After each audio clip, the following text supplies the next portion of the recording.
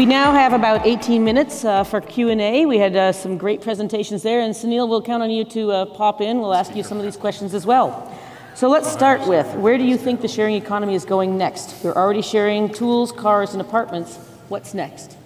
I'll throw that open to perhaps Eric. Want to start with that?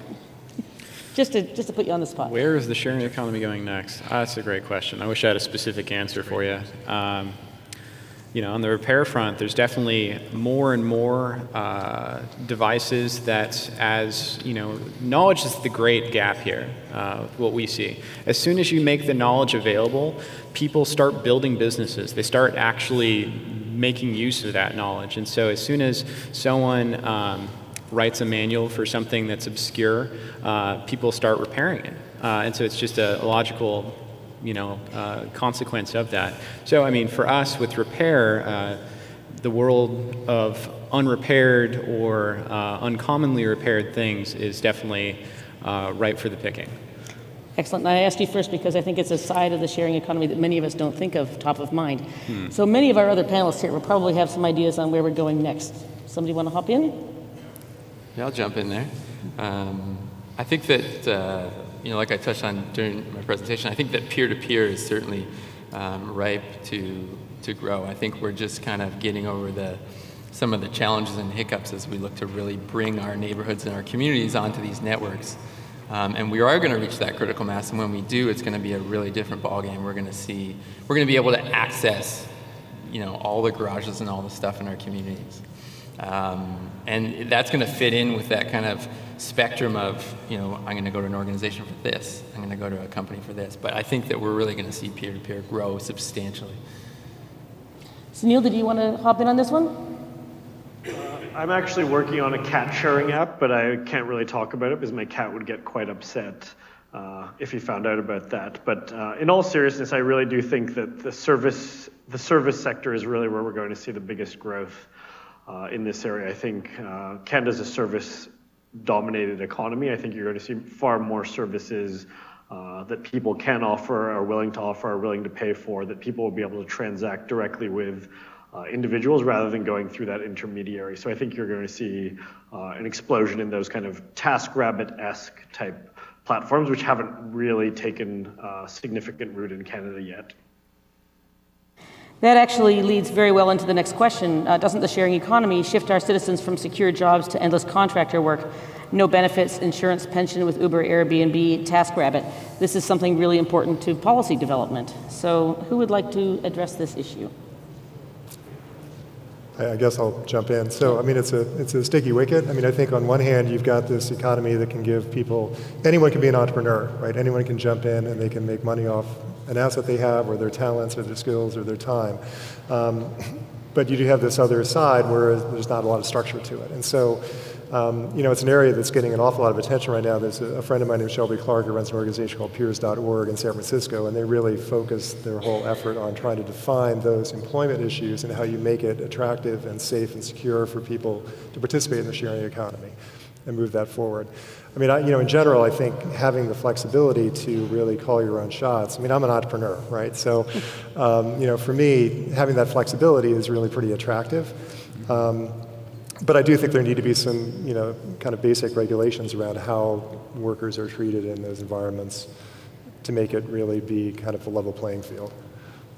And perhaps, Stephen, you'd like to... Yeah, I think it reflects a little bit back to the first question.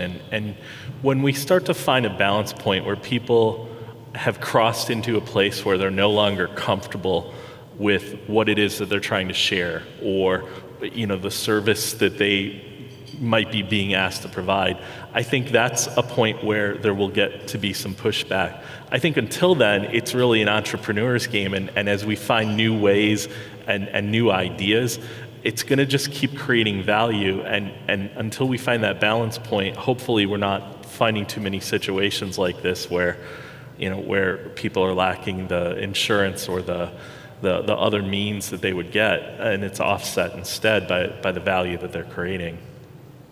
Anybody else want to hop in on this one?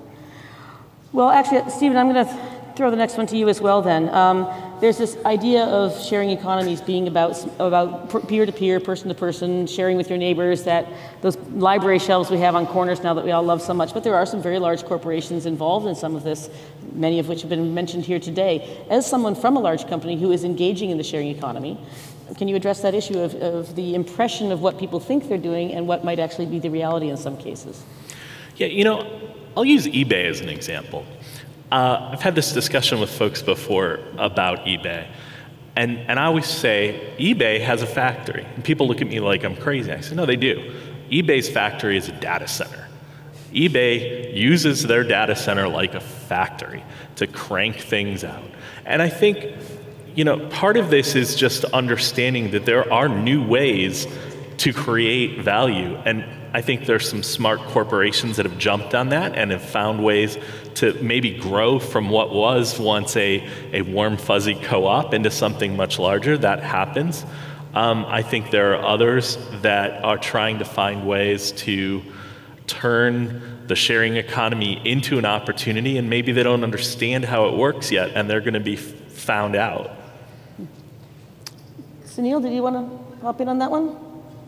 Yeah, I do have a couple of things on that question. So I think, oh, hello, can you hear me? I think the big issue here is it's peer-to-peer. So where you see a company inserting itself into that transaction and, for example, setting prices or determining how much money somebody's going to make out of a transaction, which I think you could argue Uber does. I think you could very easily argue Uber, for example, is not really a sharing economy company. It's a very innovative and interesting company, but it's not peer-to-peer in the sense that I can decide how much I'm going to charge somebody for a ride. There are set rates. Uber is taking 20% of that fee, whereas for most of the other companies that we've been talking about, so Airbnb and things like that, you can set the price that you want to pay. So I think people have to be cognizant of the fact that the sharing economy it has a very warm glow, I think, right now, and many companies are going to try to wrap themselves into that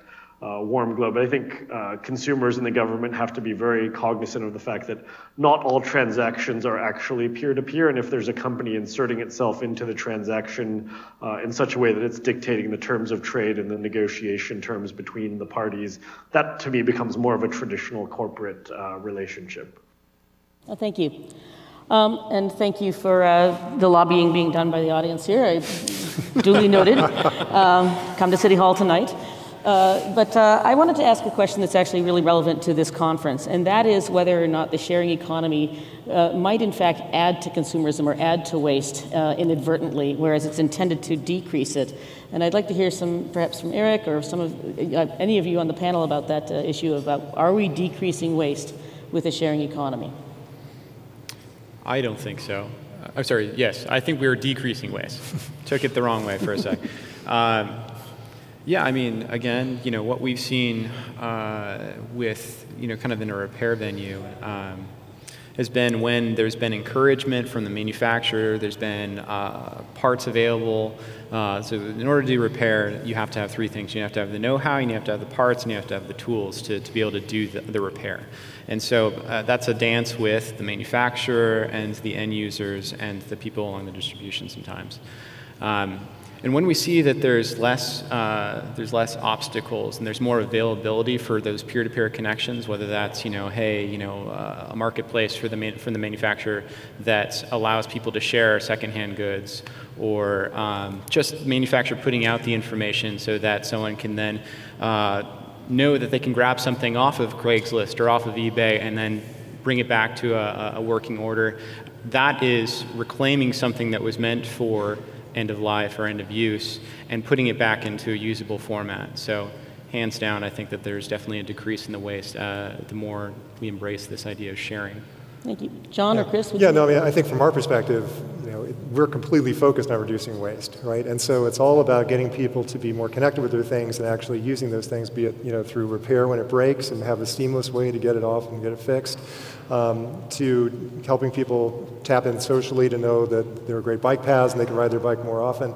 And I think just from a general economic principle, if you can get people to use things more, then you are by definition reducing waste. And I think, you know, from Stuffster's standpoint, what we're trying to do is to provide information and information about the value of things and how that value changes, and information, or kind of a belief set rather, on your ability to capture whatever residual value there is in things, so that people start buying better.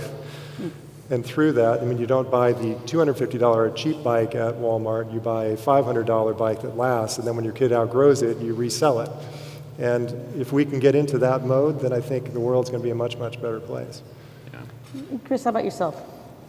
It really depends on what the good being shared is. I think if we need to look at what we're displacing when we adopt new kind of means. So if I would have taken public transportation as opposed to drive that car, then that's an example of a higher impact for me. But I think that for most, like John was saying, I think when we actually look at products and goods themselves, I'm very optimistic, and I would love to see some hard numbers behind that. But to think about extending the life and creating more conscious purchases to collectively use something, I mean, it just spells out that it's going to be a lower impact for consumers. Okay, thank you. We're going to throw it to Toronto for a question now. Hello. Hi, thank you. So we have a question here that I think our local audience will be really curious to hear Sunil answer maybe first before going to the other speakers. And we're interested to know what your main takeaways were from the recent debates we had here in Toronto with Uber and taxi drivers. Sure. So the main takeaway really was it's very difficult for politicians to make policy in the public interest when there are so many different stakeholder interests at play on an issue. The taxi industry has been lobbying municipal politicians in Toronto, around the world, very actively to keep market controls in terms of the number of licenses on cabs. At the same time, Uber is very popular with consumers. Politicians are really stuck in a bit of a no-win situation, or at least they perceive themselves to be in that situation, where they have long-standing supporters. They have a challenge coming from outside, and it's really tricky to figure out how do we untangle this knot without harming anybody. And the problem is that's impossible. Somebody is going to lose in this situation. It may be existing cab drivers, it may be Uber, depending on what kind of rules you introduce. And that's where we would really recommend politicians take a step back and regulate in the public interest. So what does the public want in a taxi industry? It wants competition, it wants safety, it wants accessibility. How do we design rules that drive towards those objectives? If we can do that, then I think the politicians will be in good standing, and that's the kind of advice I think we would give politicians in any city. Thank you. Anyone else with a takeaway for elected officials? We're not politicians. Civil servants? Nobody else? All right. Well, thank you very much for that. Some philosophical questions come from the audience, as how do we encourage sharing and trust while living in a fear-based society? That's an interesting one. Who would like to tackle that one? Chris, I'm gonna throw it to you, because you're dealing very much on the ground with people walking up to you and sharing. I think that when we've seen in the peer-to-peer sharing a lot of kind of the early adopters go through and kind of come out fairly unscathed, and I think that's what's helping people jump on board, is to see that and hear through word of mouth that people have rented their place out, or people have lent their tool out and it's come back. And I think that it's amazing how, the fear is when people go, aren't people going to walk away with your tool library? And you're like, no, it's never happened. And sharing the stage with the Toronto Tool Library a couple weeks ago, we said the same thing, like the rates of delinquency are just so low. And so, that's what we've seen, and telling those stories is what's going to bring more people on board. Yeah. So that actual experiential relaying of what people have experienced and the reality on the ground. Anybody else like to? Yeah, sure. I mean, at Get Around, we dealt with this a lot, right? Because if people are going to do nefarious things, it's usually around cars.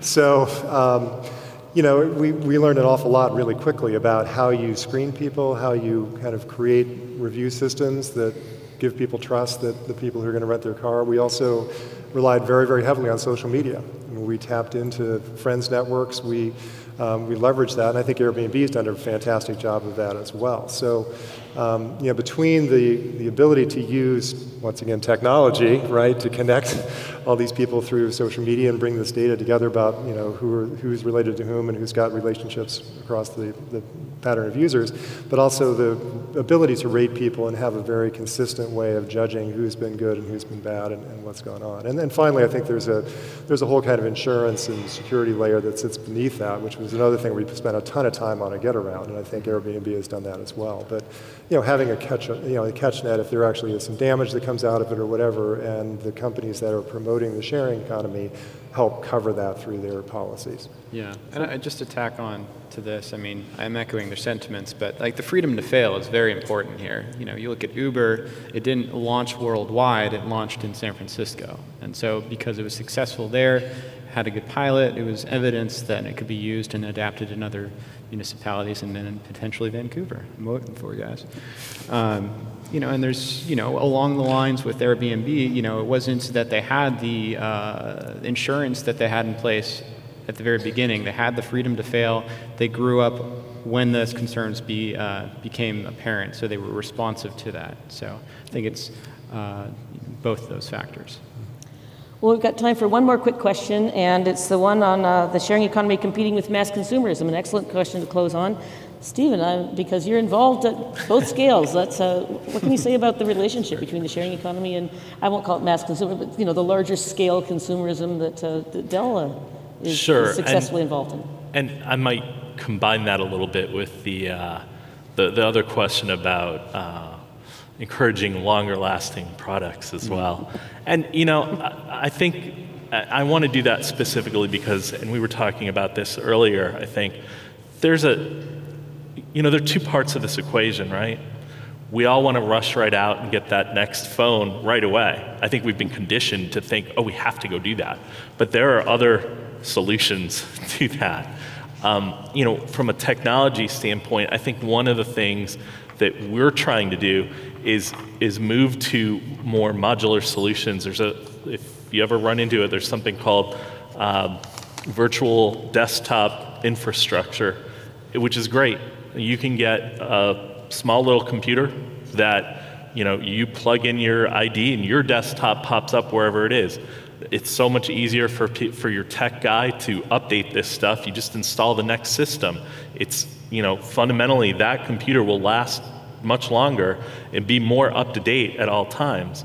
And so it's really, I think, a matter of looking for these ways for products like that to really be able to be serviced, to extend their life, maybe not always in the same way, but to keep them viable for a longer time until their use is over, and then making sure that whatever it was is something that can be returned back into the economy in some manner.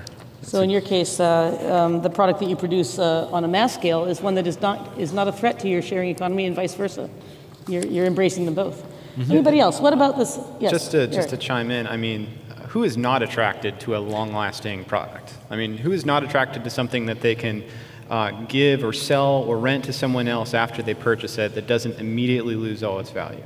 I mean, that's in the manufacturer's best interest, so I don't think that there's necessarily as big of a negative there, focusing on both the share economy and the main consumer product that you're selling initially to the masses.